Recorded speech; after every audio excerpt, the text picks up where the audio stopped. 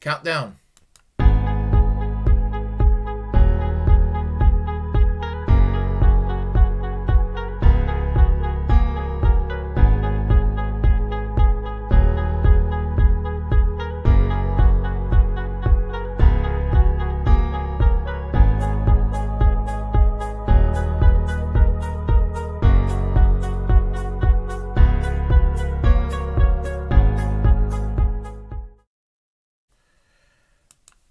Well, um, 2024 will not be boring. Just like 2020 wasn't boring and 2016 wasn't boring.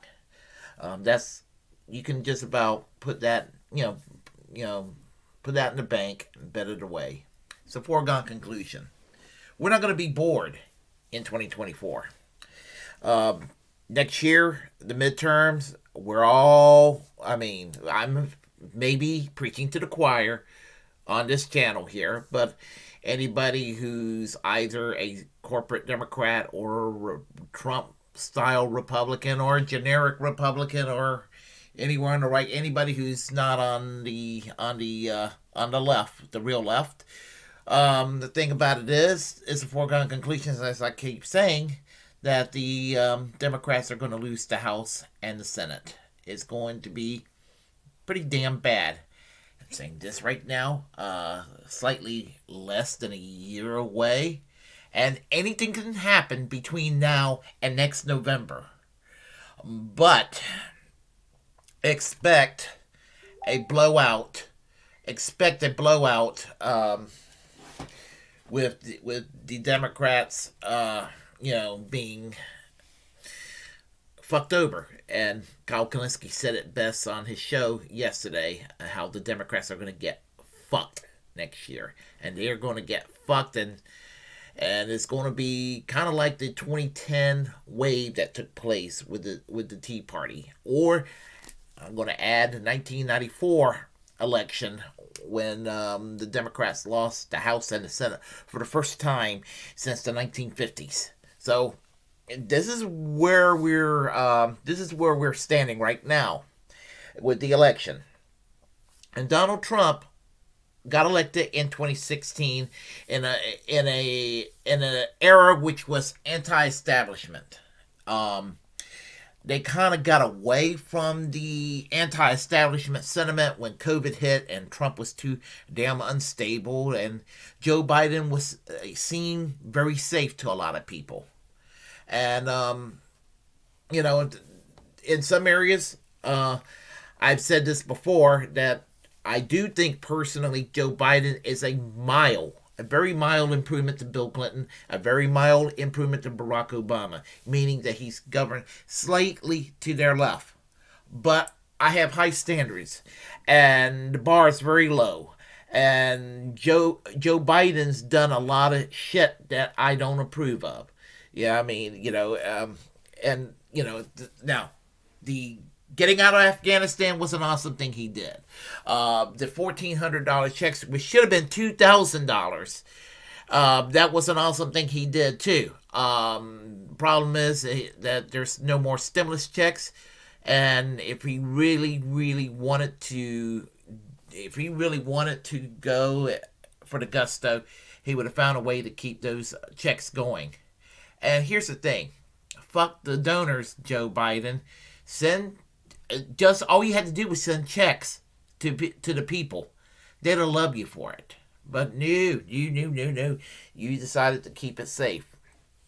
And so, you're going to get your ass kicked next year facing a Republican Congress in 2023, January 2023. And it's pretty much what's going to happen. Now, Donald Trump is a sore loser.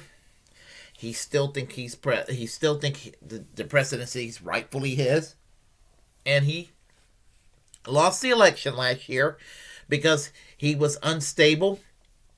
And I know many people who decided to not support Trump the second time around that supported Trump the first time. Having all that said, and I do know people who hated Trump in 2016 that were for Trump in 2020. He's a very polarizing fellow. And so there's talk about Donald Trump running again in 2024 for president. I think he is interested in running again in 2024. I personally think that the Republican Party will prevent Donald Trump from running, but time will only tell. And even if he runs in the 2024 primary, consider this: he's old as dirt. I can say this because even though I lost a few pounds, I'm kind of hefty. He's overweight. He survived COVID, which has other detrimental negative effects on your health. It's not that you just get COVID and everything is back to normal. I mean, your health complications. I mean, you got a lot of problems. It's almost like you survive a heart attack. I mean, and more out of shape you are, and if you're diabetic or you have all kinds of problems, it will not. COVID is going to actually speed toward your death. That's what happened with Colin Powell. And Colin Powell was in much better shape than Donald Trump when Colin Powell was alive. So, I personally don't think that Donald Trump is going to run in 2024. But, we'll see what happens. But thing about it is, let's say if he runs in 2024, you contrast that with Mike Pence. Mike Pence is younger. I don't like him in his policy. He's actually to the right of Trump, but he's stable. But as I said, when it comes down to policy, the ironic thing is that Donald Trump is a loose cannon, and he's a firebrand, and Mike Pence is mousy and quiet. But I've always said this, that Mike Pence was always more dangerous than Donald Trump. I had more fear. The last 4 years were I had more concerns and fears of Mike Pence becoming president than I did Donald Trump, even winning a second term. I know what I'm talking about, But the thing about it is, this could be, if Trump runs in 2024, we will probably be seeing a Trump versus Pence contest, especially since January 6th, when Pence did the right thing and will not sit there and try to alter an election outcome.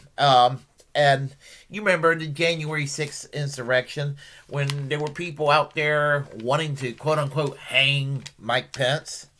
And you know what? I don't like Mike Pence, but I'm glad that he got rushed to safety because I don't want anybody getting hurt.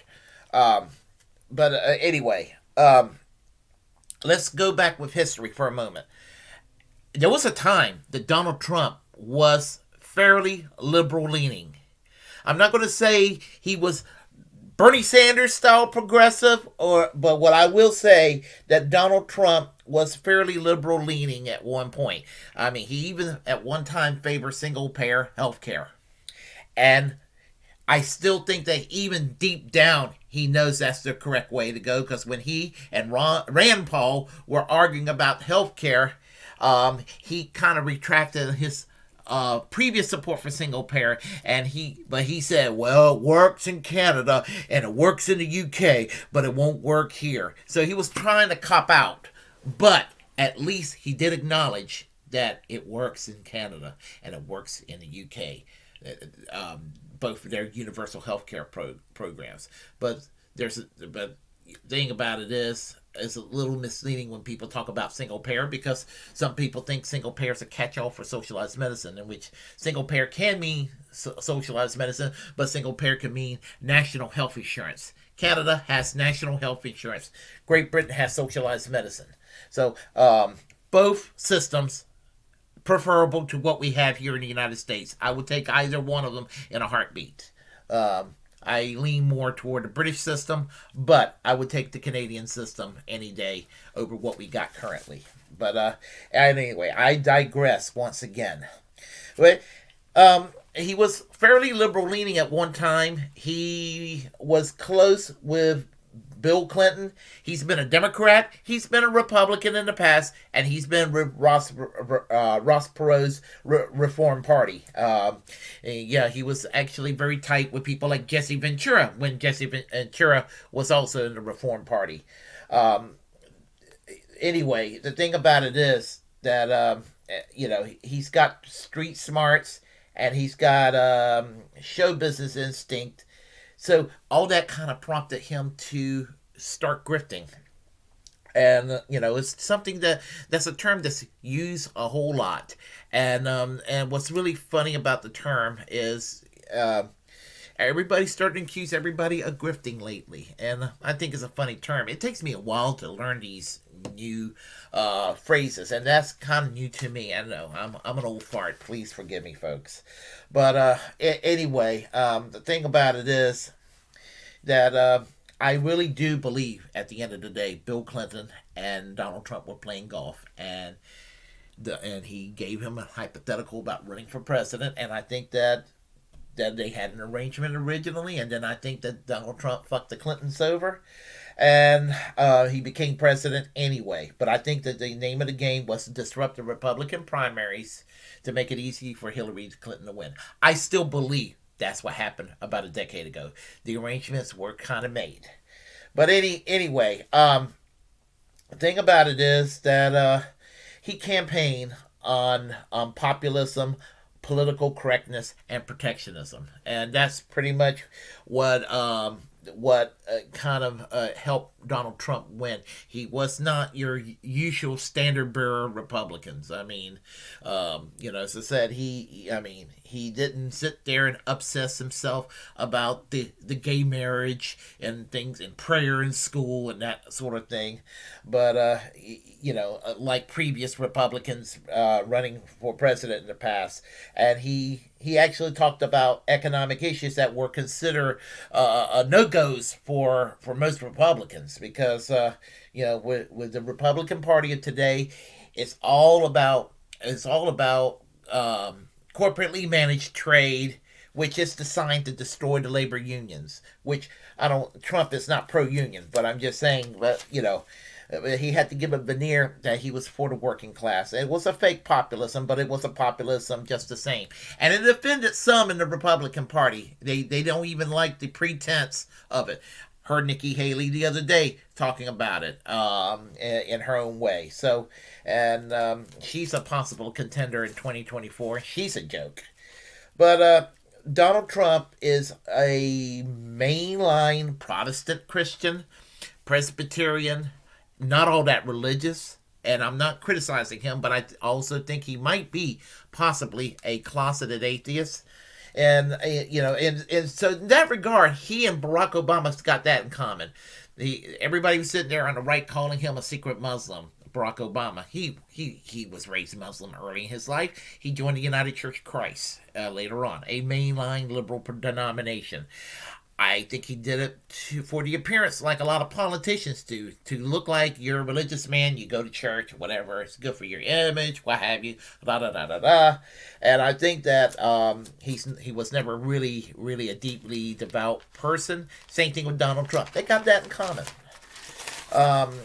So, anyway, but the thing about it is that he used the dog whistles. I'm talking about Donald Trump. He tried to appeal to the racism of some in the Tea Party with the birth certificate, claiming that that Barack Obama was a secret Kenyan.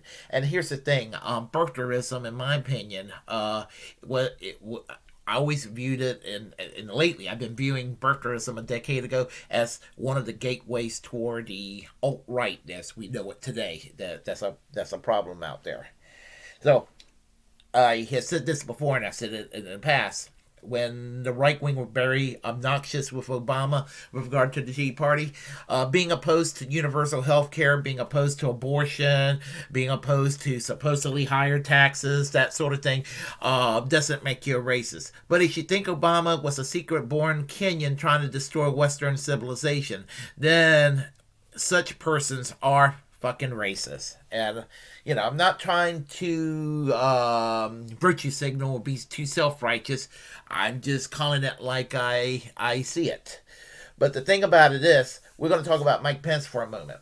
Mike Pence, unlike Donald Trump, Mike Pence was always a conventional Republican.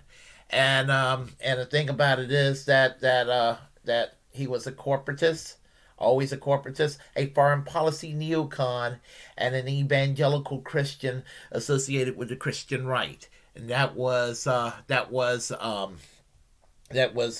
always Mike Pence in a nutshell. As the governor of Indiana, prior to him being governor of Indiana, he was a radio talk show host. I'm not sure, but I think he might have been a member of the U.S. House of Representatives at one point. That I'm a little hazy on, but I know he became the governor of Indiana. He believed in gay conversion therapy. Apparently, he had homosexual tendencies when he was younger. Not a judgment call on him, but that's apparently gay conversion saved his marriage with his wife. So and that's kind of fucked up. If you're gay, and just embrace it. I just think that it's funny. A lot of the really big time anti-gay zealots tend to be closeted gays themselves. And one of the worst things about Governor Mike Pence was, as the governor of Indiana, he turned a closed shop state into a right to work state, which that offends me more than anything else.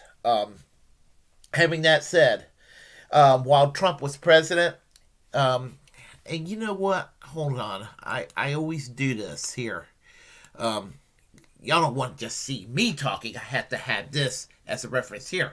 Thing about it is that Donald Trump held these rallies. He was lazy. He loved the rallies. He loved being the center of attention. He loved hearing himself talk. He loved his fans adoring him. And that was Trump. Pence, he slashing T's and dotting I's. And during the Trump presidency, it was like the outside veneer of a populist conservatism, but it ended up really being behind the scenes the same old Bush Cheney style neoconservative bullshit that we would have gotten if John McCain became president or Mitt Romney became president, because that's the kind of person Mike Pence is. He's just a shittier person than Mitt Romney. And the only thing that makes Mike Pence less shitty than John McCain is that, as far as I know, when it came to foreign policy prior to becoming vice president, he appeared to not have killed anybody. Whereas John McCain was a war criminal when he was alive. So that's another thing right there. But so with the primaries coming up in 2024, and if it turns out to be a Trump-Pence contest, which way will the Christian right go? Because the Christian right came in 2016 not fully trusting Donald Trump, but then they embraced him, which is really odd because he had the same character flaws as Bill Clinton. And I'm going to tell you, in the 1990s, all the evangelicals, the evangelical Protestants, and the traditionalist Roman Catholics, and I'm not Christian bashing. I'm just saying the politically charged faction of the conservative movement that were very religious, hated Bill Clinton, and they thought that Bill Clinton was the Antichrist, and that Bill Clinton he had a character flaw, and they did everything they could to destroy his presidency, and which, in hindsight, it might have been a good idea because Bill Clinton was a piece of shit, and I think that the right would have been defeated down the road. But anyway, I can go and think what path could have been taken where the country would have been a more progressive country. But anyhow, yeah. So you got a billionaire bigot by the name of Trump who's very obnoxious, a blowhard. And then you have Mike Pence, who's an empty suit, who looks like Race Bannon from Johnny Quest. Um, and but combined with the dark politics of the late Jesse Helms. So there you have it, right there, with Mike Pence and Donald Trump. That is the choices in the Republican primaries in 2024. And you know what's really sad about this? Since Bernie Sanders is 6,000 years old, love Bernie Sanders dearly, but he ain't going to run again in 2024. And I'm not so sure if I would want him to run again in 2024, even though I joke about it occasionally, because he's turned into a conventional Democrat, even though he is an independent. He's still better than everybody else in that chamber called the U.S. Senate, but he's not the Bernie Sanders the way I used to admire Bernie Sanders. But I will always give him my at least some tacit support, because if there's any possibility of good things happening in the near future, it would be because Bernie Sanders was the one that got the whole ball rolling to begin with. And so that's where I will stand on Bernie Sanders. So anyhow, it will be interesting to watch and to see what happens, because as I said, the Christian right, they're not going to know which way to go.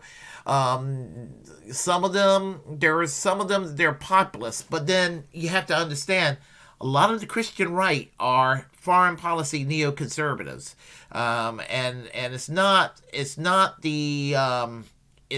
the strategic national interest of the United States in its logical form. It's more along the lines of a dominionist theology. They think that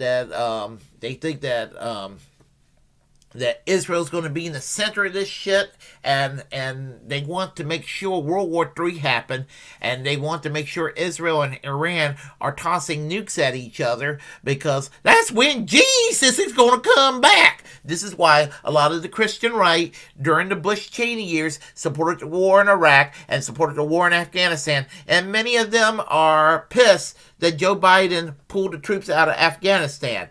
So there's also that. And again, I'm not saying that every Christian, I'm not even saying every evangelical Christian feels this way, but it is something that's very much central in those who are politicized within the movement. And so this would be very scary if they think that populism is not the way to go, and they want somebody with a Mitt Romney demeanor. It could mean that Mike Pence has a chance. And what if Donald Trump dies, or he's just too far gone and his health is too much downhill to run, and you have Ron DeSantis or Ted Cruz or what have you? My guess is that Ted Cruz might find a way to get the nomination, because Ron DeSantis, although he has that demeanor that Trump has, he can't. I don't think it'll carry far the way that Trump has, the gift that Trump has in pulling that off. Mike Pence's his demeanor is too mousy, and so that might not work. So this could be a path for someone like Ted Cruz, which I would be fucking scared of Ted Cruz being possibly the next president of this country. Because Ted Cruz is a foreign policy neocon. He's a corporatist, and he was influenced by the late Jesse Helms, which again, that makes him probably one of the worst people around. Period. But I digress. So hold tight here. I got to do this. Okay, yeah. So that's pretty much my thoughts right now. And if you like what you heard today, press like and comment. If you disagree with what I have to say, well, that's okay. Just hit that, just comment anyway. We will have a conversation. As a First Amendment absolutist, it's my duty to inform you to create your own platform and utilize it because we are the muckrakers of our time. Let's see what else I have to say. Feel free to share the content. Subscribe. And I want to wish everybody a good day and a class struggle. And I'm going to leave you all with a little bit of music. And there's a possibility we might have a little glitch, so you may hear something a little sloppy at the beginning. So apologize for that in advance. But suffice to say, bump. Okay, here we go.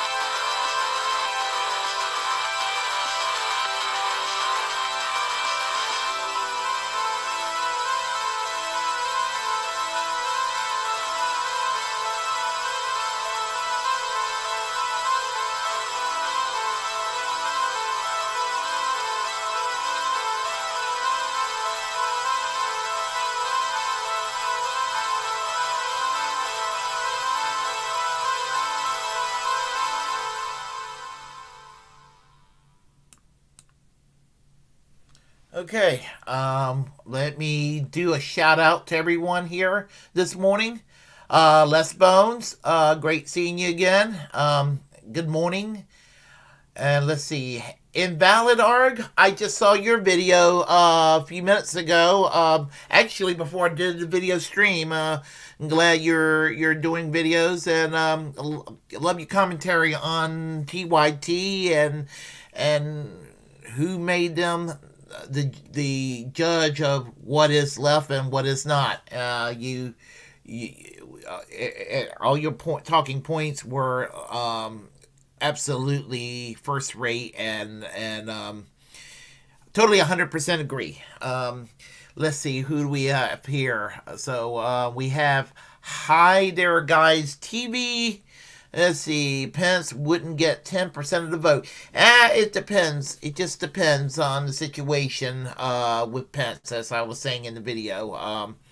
If Donald Trump is not running and he's running, he will probably be a major player. I think he'll get more than 10% if Trump is not in the picture. But I think who's to say what will happen if it's a Trump-Pence contest. And let's see, Clinton fuel the birther movement. Actually, that is correct. Hillary Clinton was the first person to put that charge against Barack Obama in the 2008 primaries. I remember that. Now that I remember that's exactly where it came from. And the right wing, a lot of right wingers don't realize where the origins of birtherism came from, but it came from Hillary Clinton. Of course, Hillary Clinton is a right winger, so.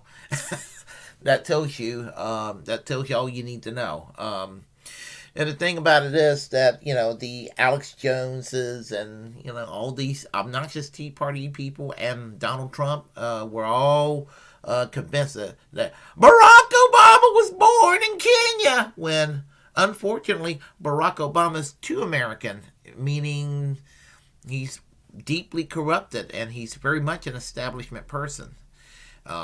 He's too typical and too much the norm when it comes to American politics. But anyhow, I'm going to let you guys go and talk to y'all later. There will be another commentary. Hopefully tomorrow, maybe later on today. Who knows? Have a great one.